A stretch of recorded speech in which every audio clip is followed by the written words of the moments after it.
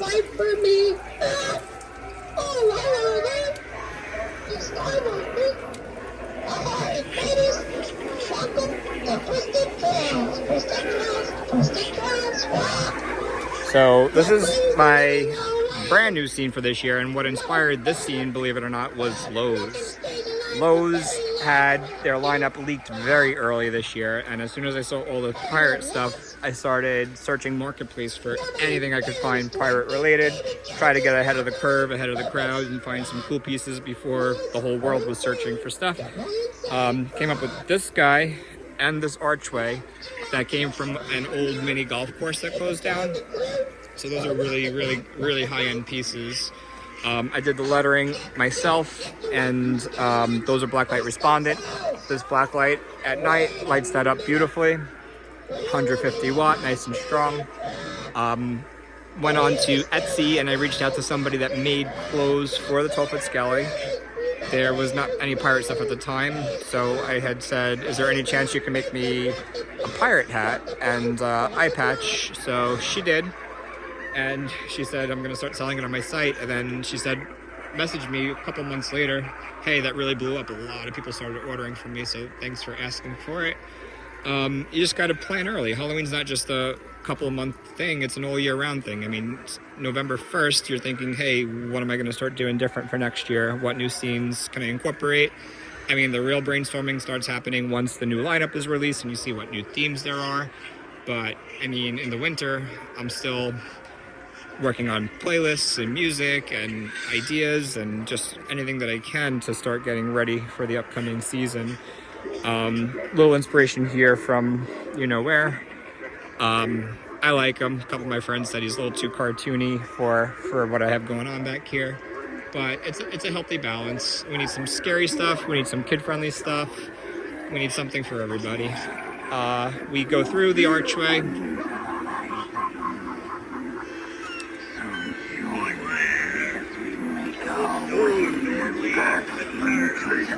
This guy's having a little hard time going off because his sensor is so low. But at night, he does go on periodically. I think when everything's louder and I have the music blasting, he tends to go off a little more frequently. Let's clean your beard over here.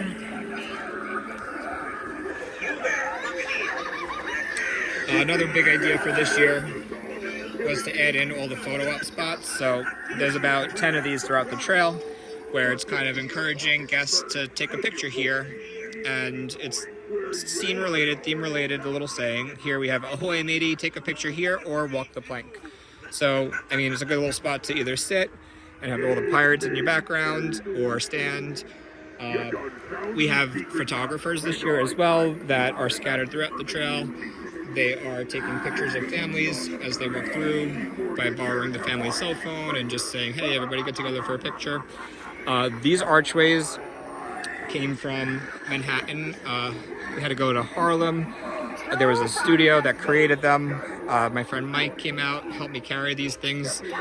These are crazy heavy, and the smaller side is much lighter.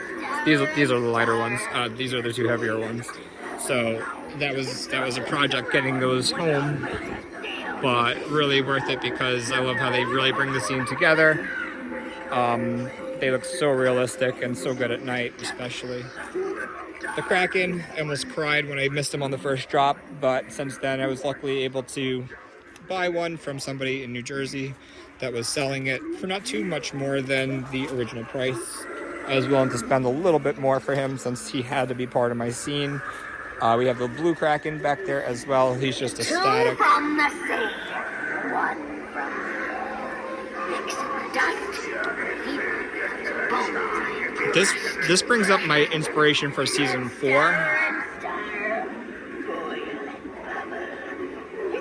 I wanted to have an experience that is good for everybody. So if kids came through, they could bypass the scary maze where the actors are really trying to scare you, but have more fun with the other actors throughout the other scenes where they're more trying to be silly and take pictures with you. And like I had mentioned in my first video, the witch is casting a spell to make the fog bubbles go off.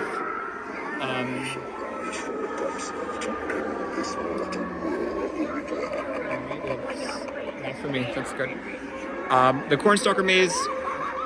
So the split decision was meant to give a bypass option to not be so scared, or an experience if you really do want to be scared. So we do have kids days where there's no actors, so it even gives the kids a chance to come through the maze if they wanted to on those days, but they shouldn't come through on a night when there's actors because they'll be hiding in various locations, popping through walls, popping out from behind things, under things, and it's scary. The first night we didn't have actors.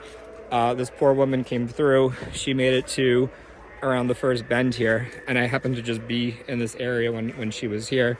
She started having a panic attack. She said that she was like getting claustrophobic and had to get out. So I just backed her up, walked her back out that way, and that was it. But, you know, the maze is scary without actors for some people. So imagine with actors. Here's a little pop-out hole for one of them as well. Plus you have, you know, props and stuff. You're walking through by candlelight. It's nice and dark. You're not going to see this guy until you're almost to him. You might see a little bit of a shadow in the distance and wonder, is that a prop? Is it an actor? The actors are very well hidden though. Like, they did a really great job last night. A lot of people screamed and really got scared. So again, trying to make an experience that works for everybody. And if you did not want to go through this maze, then you could have just kept walking straight. Or if you had a mixed party, we have somebody at the entrance to the maze saying, you know, here's a candle, go in if you choose. Or if you want to bypass, then walk around this way, and you could wait right over here. Check out the props. You could even sit down and wait for the party to come out, and they're going to come out right here. So then you meet back up, and whether you came that way or this way, of course, you meet back up right here. So the inspiration for this was to make a much scarier maze experience, but not have anybody miss the bulk of the props. I still wanted everybody to be able to see the scene.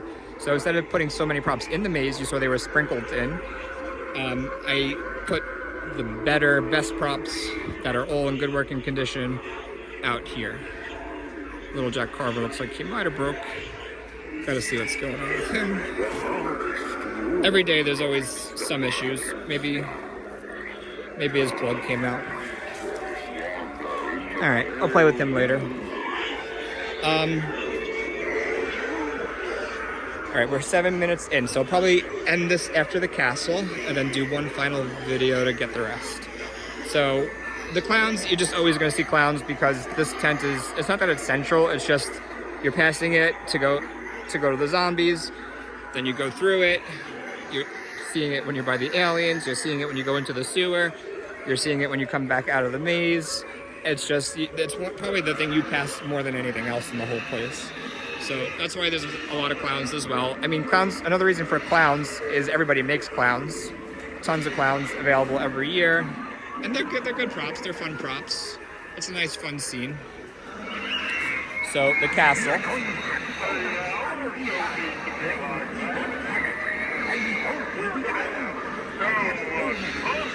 I love this scene so much. You really feel like you're walking into a battle. So the inspiration here is, I guess, Game of Thrones, you could say. But the king and the queen and the knights and the castlemen have killed one of the wizard's dragons and hung his head as a trophy. So now the wizards are coming with their dragons to storm the castle. The dragons on top are not with the king and queen, they're with the wizards, and they're just kind of landing and ready to attack. And you're in the middle of it all, so. A lot of high-end pieces in the scene as well. We have Unit 70. Distortions. Not a lot, but a couple. These were custom built.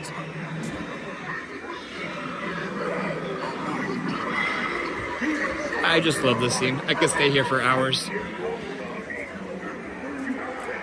I don't love the butchers. I don't hate them, but they're definitely on the low end of scenes that I love.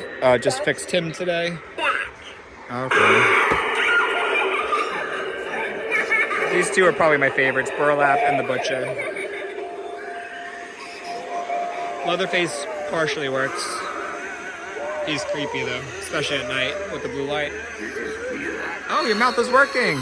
It was not working the other day. I played around with the wires before. Maybe one was loose. That's great. But that's called Chop Shop. And, you know, one of the less exciting scenes. I do think the vampires received a very nice upgrade. The scene is called Let Us Pray, P-R-E-Y. I thought that was a really clever name for the scene. We have Distortions, Nosferatu, Distortions, Vampire Girl. This is Original Sin, and she's probably one of the creepiest props I have as well. On a kid's walk, I might even just close the lid so that they're not too freaked out. Desmodus still working pretty good, but nothing tops Predator, especially when he's a good 5 foot taller than he should be on top of that box.